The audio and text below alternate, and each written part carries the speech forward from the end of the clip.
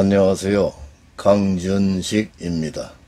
먼저 멤버십에 가입해 주신 주진수님, 정재훈님, MSK님에게 감사의 말씀을 드립니다. 그리고 한 단계 위인 자료 수집팀에 가입해 주신 김광흡님께 특별히 감사의 말씀을 드립니다. 몸이 부실해서 2주에 한 번씩 강의하겠다고 해놓고 8월 24일을 8월 17일로 잘못 적는 바람에 어쩔 수 없이 오늘 영상을 올리게 되었습니다. 옛날 극장에 가면은 본극과 본극 사이에 막간극이라는 걸 보여주곤 했는데, 오늘은 그 비슷한 막간 강의를 좀 해볼까 합니다. 오늘은 도덕에 대한 이야기를 좀 해보려고 합니다. 이 말은 일본인이 영어의 moral 또는 morality를 번역을 할 때 노자의 도덕경에서 따온 단어였다고 하는데요. 하지만 현재 우리가 사용하는 그 도덕이라는 말은 노자가 말하는 개념과는 좀 다릅니다.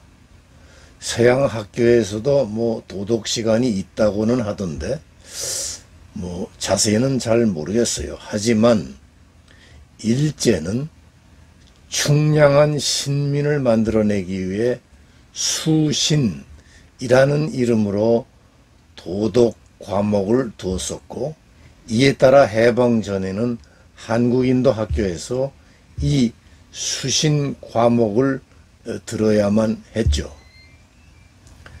해방 후엔 국민윤리라는 이름으로 과목이 바뀌었는데 1960년부터는 도덕으로 바뀌더니 2009년부터는 윤리와 사상 또는 생활과 윤리라는 이름도 등장했어요. 결국 moral과 ethic, 이 두 가지가 혼용이 되었는데, moral, 곧 도덕은 개인의 행동과 관련해서 무엇이 옳고 그른지에 대한 개인이나 사회의 지침을 뜻하는 것이고, 문화에 기초한 ethic, 윤리는 공동체 전체를 위한 합당한 행동 같은 걸 의미한다고 봐도 큰 무리는 없을 것입니다. 오늘 살펴볼 내용은 위에서부터, 즉 정치권부터 형편없이 무너진 한국 사회의 윤리나 도덕, 그 자체를 비판하려는 것이라기보다는 도덕의 글자를 이루고 있는 길도자와 덕자가 애초에 갑골문을 발명한 동이족 시대에는 어떻게 생겨나서 변모해 왔는가에 대한 것입니다. 길도자는 어디서 온 걸까요? 한자 사전에 보면 길이라고 해설한 글은 많은데 왜 길이란 뜻이 되었는지를 설명한 글이 보이질 않더군요. 사실 길도자는 갈행자 및 덕자와 그 출발점이 같습니다. 먼저 길도자의 갑골문부터 살펴보기로 하죠. 위 그림의 가운데 부분, 곧 구부린 어자 비슷한 부호는 사람이 서 있는 모습을 스케치한 사람 인자인데, 이 그림을 빼버리면 다음과 같이 됩니다. 이거는 사거리, 네거리를 스케치한 그림으로 갈 행자의 초기 글자가 됩니다. 여기서 유추할 수 있는 것은 행자가 본래는 사거리, 네거리의 큰 길을 스케치한 그림이었다는 점입니다. 큰 길로 나아가면 가는 것이기에 간다는 뜻이 생겼고, 다시 행동한다는 뜻이 간다는 뜻에서 파생을 했죠. 행자의 발전 과정을 보여드리면 다음과 같습니다. 앞에서 갑골문을 살펴보았으니까 두 번째 금문을 보죠. 금문은 사거리 모양이 완연해졌고, 세 번째 소전에 오면 이 사거리, 네거리를 좀 미학적으로 변형을 시켰던 것 같아요. 그리고 다섯 번째 해서에 와서 이를 더 다듬은 갈행자로 정착을 했습니다. 그런데 이 행자 안에 사람 인자를 집어넣은 것이 길도자의 갑골문이에요. 왼쪽 그 갑골문은 오른쪽의 그림처럼 사람이 사거리 또는 네거리 한가운데 있는 모습이죠. 이거는 사람이 걷는 길이란 뜻입니다.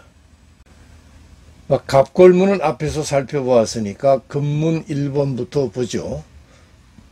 금문 1번은 사거리 안에 사람이 눈으로 보는 모양을 집어넣었는데, 이거는 눈으로 멀리 볼 수 있는 큰 길이란 뜻이고, 금문 2번은 머리 숫자의 초기 글자에 그 손을 이마에 얹고 바라보는, 멀리 바라보는 그런 길이라는 뜻입니다.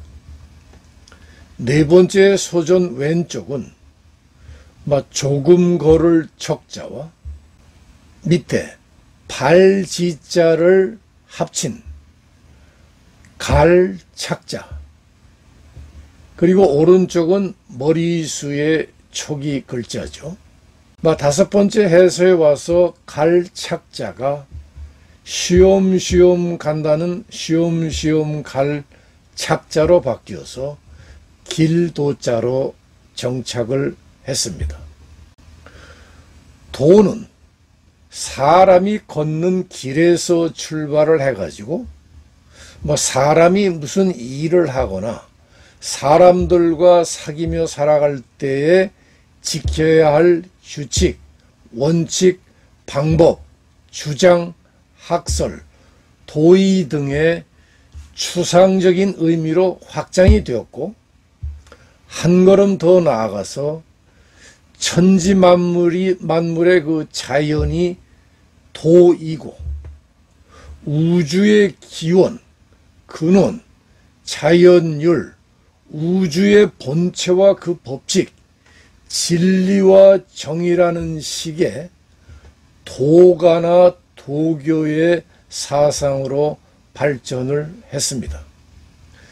그러나 다른 앵글에서 보면 노자로 대표되는 선진시대의 도학은, 진나라 이전을 선진시대라고 그러죠. 선진시대의 도학은 소박한 유물론적 변증법이었다고도 할 수 있어요. 인간과 사회가 끊임없이 발전한다고 보는.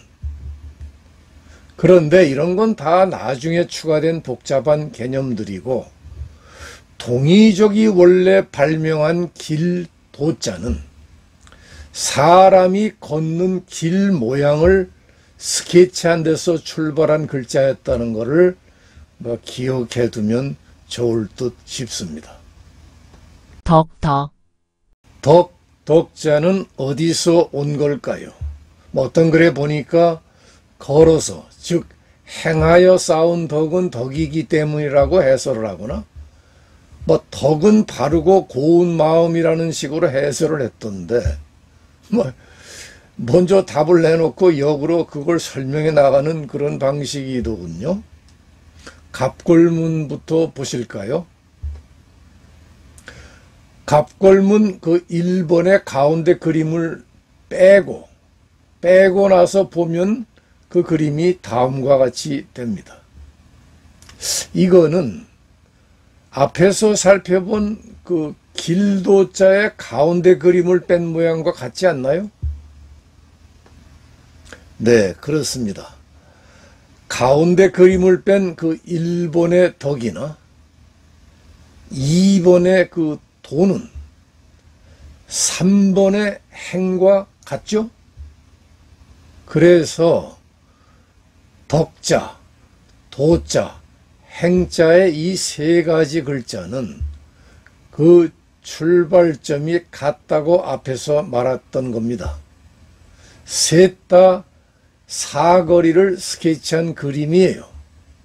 그 사거리 안에 뭘 집어넣느냐에 따라서 도자도 되고 덕자도 되고 아무것도 안 집어넣으면 행자가 되는 거죠. 가운데 그림은 눈으로 앞을 똑바로 바라보는, 다시 말해 앞을 똑바로 보고 걷는다는 그런 뜻이 됩니다. 갑골문 1번은 살펴보았고 갑골문 2번은 사거리가 좀 복잡하니까 반으로 축소를 해가지고 조금 걸을 척자 형태로 만들었어요.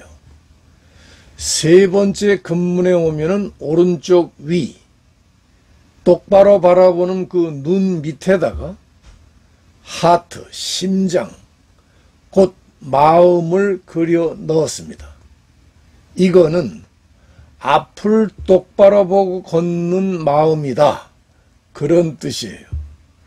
정직하고 공정한 마음, 다시 말해 군자가 가져야 할 마음, 곧 덕이라는 뜻이 된다는 거예요.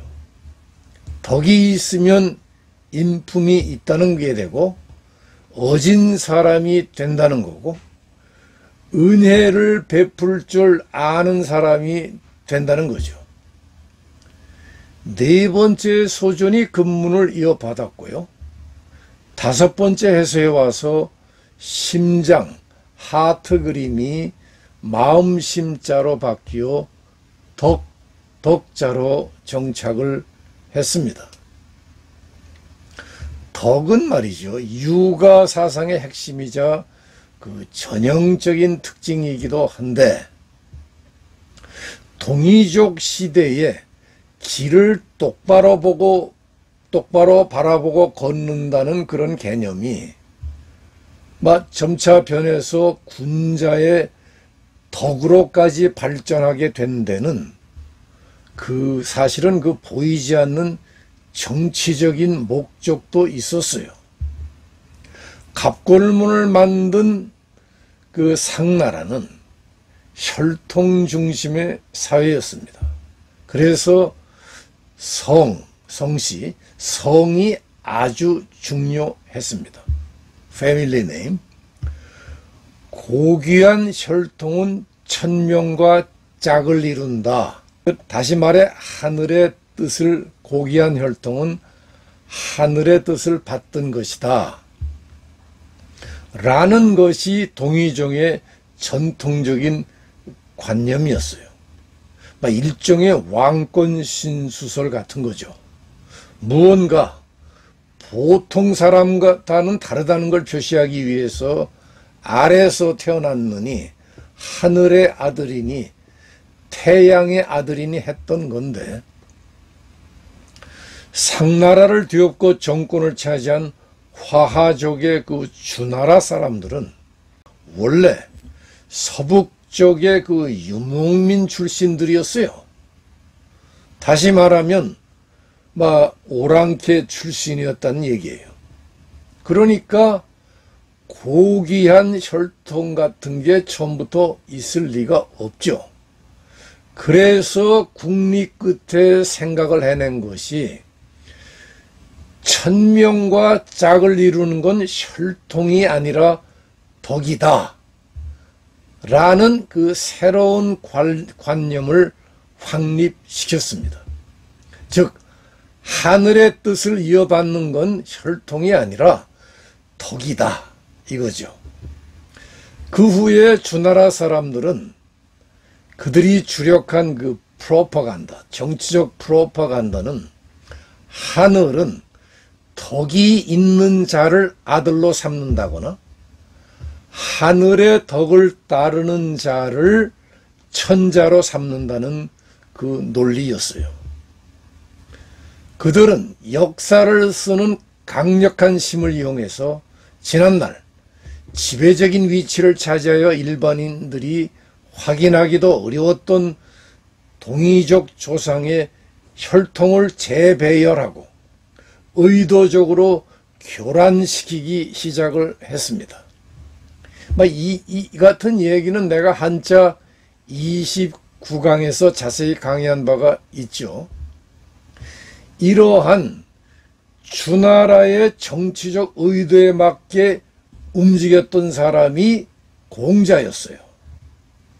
그래서 덕을 강조하고 그 이론을 정교하게 만들어낸 겁니다. 물론 객관적으로 말해서 혈통보다는 덕이 있는 지도자가 더 바람직한 것은 사실입니다. 하지만 덕이 만들어진 그 배경에는 이 같은 정치적 목적도 있었다는 점을 지적하는 거예요. 사적으로 재미있는 것을 하나 덧붙이자면 2024년 중국의 수능에서 우수 장문으로 뽑힌 고3 학생의 글을 전문 그대로 옮겨 보겠습니다. 앞에서 우리는 도덕이 주나라 시대와 공자 시대에 어떻게 정치적으로 활용되었나 하는 것을 언급했는데 정확한 사례는 아니지만은 현대에 와서도 정치적 목적 또는 정치적 프로파간다가 어떻게 젊은이들에게 투영되나 하는 점을 엿볼 수 있기 때문입니다. 새 시대 청년의 책임과 사명, 덕의 계시와 실천. 당면한 도전과 기회가 가득 찬 이 새로운 시대에 청년들은 국가의 미래 희망으로서 어깨에 막중한 책임과 사명을 짊어지고 있습니다. 복잡하고 변화무쌍한 세계 정세에 직면해서 어떻게 덕을 갖추고 능력을 키우며 책임을 다하는 새로운 시대의 청년이 될 것인가는 우리 앞에 놓인 중요한 과제입니다. 새 시대의 청년으로서 우리는 먼저 명백히 자신의 책임을 깨달아야 합니다. 책임이란 의무일 뿐 아니라 사명이기도 합니다. 우리가 늘 명심해야 할 것은 우리가 조국의 미래이며 우리가 민족의 희망이라는 점입니다. 우리의 책임은 국가의 번영과 부강, 민족의 위대한 부흥을 위해 노력 분투하는 일입니다. 이 과정에서 우리는 끊임없이 자신의 종합적 자질을 향상시키고 자신의 경쟁력을 증강시켜 중국몽을 실현하는 데 자신의 역량을 보태야 합니다. 동시에 새 시대의 청년이 되기 위해 우리는 용감히 책임을 다해야 합니다. 책임을 지는 것은 자질일 뿐만 아니라 정신이기도 합니다. 우리는 용감하게 어려움과 도전에 맞서면서 어려움과 위험을 두려워하지 않고 용감히 앞으로 나아가야 합니다. 우리는 과감하게 책임을 지고 과감하게 혁신하고 과감하게 국민을 위해 봉사해야 합니다. 그래야만 우리의 재능이 새 시대의 큰 흐름 속에 버티면서 패배하지 않고 국가의 발전과 인민의 행복을 위해 더 크게 이바지할 수 있습니다. 덕의 계시와 실천은 새 시대 청년의 책임과 사명에서 중요한 의미를 갖습니다. 덕은 개인의 교양일 뿐 아니라 사회의 품질이기도 합니다. 우리는 올바른 세계관, 인생관, 가치관을 확립하고 성실함과 믿음, 타인 존중, 집단에 대한 배려, 조국 사랑이라는 도덕적 규범을 지켜나가야 합니다. 이를 실천하기 위해 우리는 자신의 도덕적 의식을 함양하고 도덕적 자질을 끊임없이 향상시키며 말과 행동이 일치하고 겉과 속이 다르지 않아야 합니다. 그래야 우리는 덕과 재능과 책임이 있는 새 시대의 청년이 될 수 있습니다. 결론적으로 새 시대의 청년이 되기 위하여 우리가 명심해야 할 것은 자기의 책임과 사명으로 용감하게 책임지고 과감히 혁신하며 부지런히 실천해야 합니다. 우리는 시종일관 순수한 마음을 지니고 중국몽을 실현하기 위해 쉬지 않고 분투해야 합니다. 그래야만 우리는 새로운 시대의 흐름 속에서 끊임없이 성장하고 끊임없이 진보하며 조국의 미래를 책임질 제목이 될 수 있습니다. 동시에 우리가 의당 깨달아야 하는 것은 덕 있고 재능 있고 책임 있는 새 시대의 청년은 하루아침에 되는 일이 아니라는 점입니다. 여기에 필요로 하는 것은 우리가 일상생활 속에서 끊임없이 배우고 끊임없이 실천하고 끊임없이 반성하는 일입니다. 우리가 개선해야 할 점은 경험과 교훈을 총결산해서 끊임없이 자신의 인생 계획과 실천 행동을 완성해 나가는 일입니다. 그래야만 우리가 진정으로 덕이 있고 재능이 있으며 책임 있는 신세대의 청년으로 거듭나서 중국몽 실현에 힘을 보탤 수 있을 것입니다. 아주 유려하게 잘 쓴 글이죠. 글쓴이는 공부도 잘하고 굉장히 똑똑한 학생인 것 같습니다. 하지만 그 내용을 보면 그냥 선생님이나 책 등에서 옮겨온 듯한 미사여구와 학생으로서의 당위성만 추상적으로 피력을 했을 뿐, 자기만의 구체적이고 새로우며 창의적인 생각 같은 것은 보이질 않네요. 전체주의 사회의 획일적인 사고구조 같은 것이 느껴집니다. 글의 초점은 현 중국의 정치적 목적인 중국몽, 곧 Chinese Dream을 실현하는 데 맞춰져 있고요. 정치적 프로파간다가 오늘의 중국 젊은 세대에 투영된 사례를 볼 수 있어 좋은 참고가 됩니다. 오늘은 여기서 강의를 접고 2주 후인 8월 31일 토요일에 한때는 동북아를 호령했던 고구려 사람들은 다 어디로 갔는가 라는 주제를 가지고 다시 뵙도록 하겠습니다. 기대해 주시기 바랍니다. 경청해 주셔서 감사합니다. 이 영상을 재미있게 보셨다면 좋아요와 구독을 눌러주시고 알람 설정을 해주세요. 영상 제작에 큰 힘이 됩니다.